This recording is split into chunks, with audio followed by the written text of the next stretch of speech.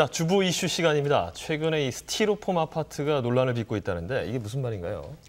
네, 평생 모은 돈으로 내 집 마련의 꿈을 이뤘지만 돌연 입주 예정자들이 입주를 거부하고 나섰다고 합니다. 이들의 속사정을 취재했습니다. 예. 함께 보시죠.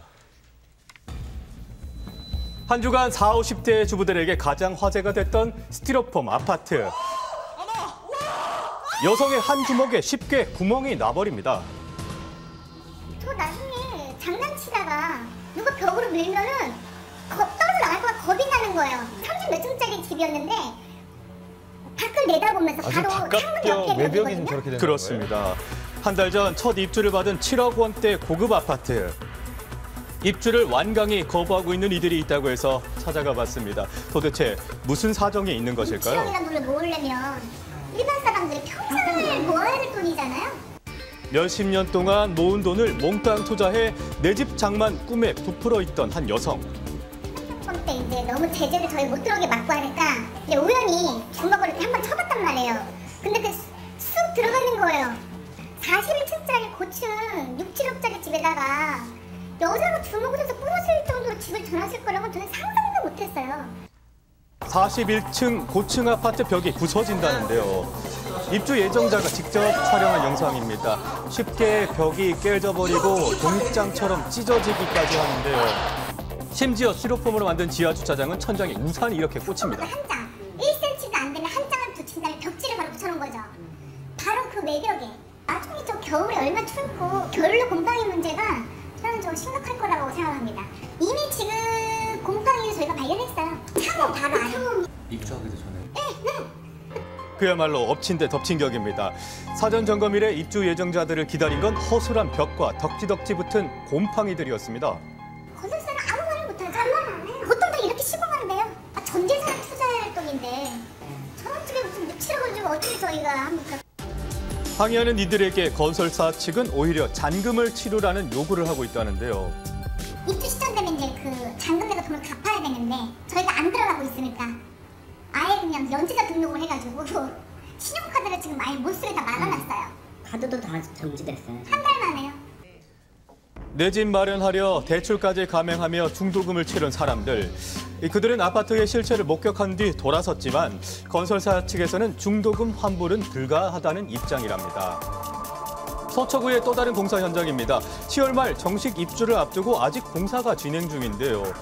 그러나 공사 현장 앞을 하루 종일 지키는 수상한 남자들이 있습니다. 무슨 일일까요? 지금 우리 돈 여기 지금 7억이 들어가 있어요. 우리 집 보러 갔는데 무슨데? 주들 뭐든 간에요.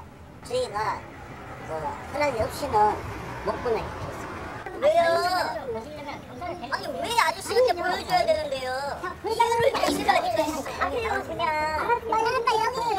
가시라고요.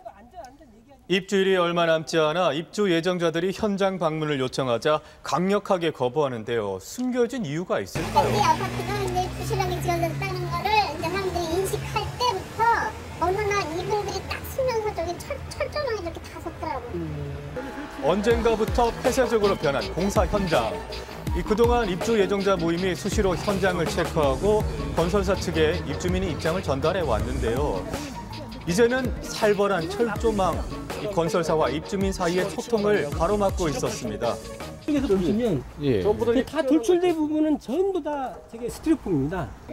겉으로 봤을 땐 일반적인 콘크리트 덩어리를 외벽에 붙인 듯한데요. 그게 아니고요.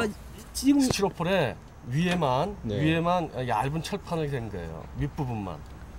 그래서 굉장히 약합니다. 그리고 저 자체를 부착한 것을 그냥 접착제로 붙여놨어요. 한눈에 보기에도 인부가 가뿐하게 들어올리고 전달합니다. 입주 예정자 주장대로 스티로폼으로 만든 덩어리였습니다. 그런데 아무리 가벼운 스티로폼 제품이지만 건물 외벽에 붙이는 것 치고는 작업이 지나치게 간소한 것 같습니다. 지방 아파트에서도 어떤 사고가 있었는데 강풍이 불면 떨어집니다, 저게. 그러니까요. 실제 지난해 광주의 한 아파트 단지에서 한 여성이 22층 외벽에서 떨어진 대형 스티로폼에 맞아 다친 사건도 있었는데요. 그런데 이곳은 1층부터 25층까지 스티로폼이 외벽을 타고 올라가고 있었습니다. 입주민들을 불안하게 만드는 종이장 벽, 스티로폼 벽, 이 문제되지 않을까요? 다 얘기를 했죠. 그쪽에선 뭐라 그래요? 그러니까 구청에서는 거기는 이거 공무원이다 보니까 뭐 설계도나 그 승인된 자료상에 하자 내용만 없으면 문제가 없다라고 구청에서는 얘기를 하고 있는 거죠. 경직청 담당자 과장님이 그랬어요. 아니 어떻게 이런 집이 있을 수가 있어? 주문 내주지 마세요 하니까는 기준이 없어요. 기준이. 석고보다 한장하든 두꺼운 거라든 얇은 거라든 기준이 없대요. 평생 소원해왔던 내 집 마련. 그런데 작은 충격에도 벽이 이렇게 부서진다면 어떠시겠습니까? 적절한 기준을 마련해 보는 것이 필요해 보입니다. 네, 지금 뭐 건축법상 자재에 쓰여진 것이 문제가 없다라는 이 시공사 입장인 것 같은데요. 어떻게 보면은 입주를 앞두고 있는 예정자 입장에서는 발만 동동 구르고 있는 상황이 아닐까 싶습니다. 그렇습니다. 그리고 스티로폼 자체가 불에 잘 타고 불에 탈 때 유해가스, 유독가스가 발생되기 때문에 OECD 회원국에서는 이 스티로폼 계열 제품의 사용을 금지해 나가고 있는 추세라고 합니다. 게다가 이 층간소음을 가중시킨다는 말들도 나오고 있습니다. 지금 눈에 보이는 하자도 굉장히 있어 보이는데 입주 예정자들은 지금 계약서를 작성했을 거란 말이죠. 계약을 취소한다든가 이런 것을 구제할 수 있는 방법은 없는 건가요?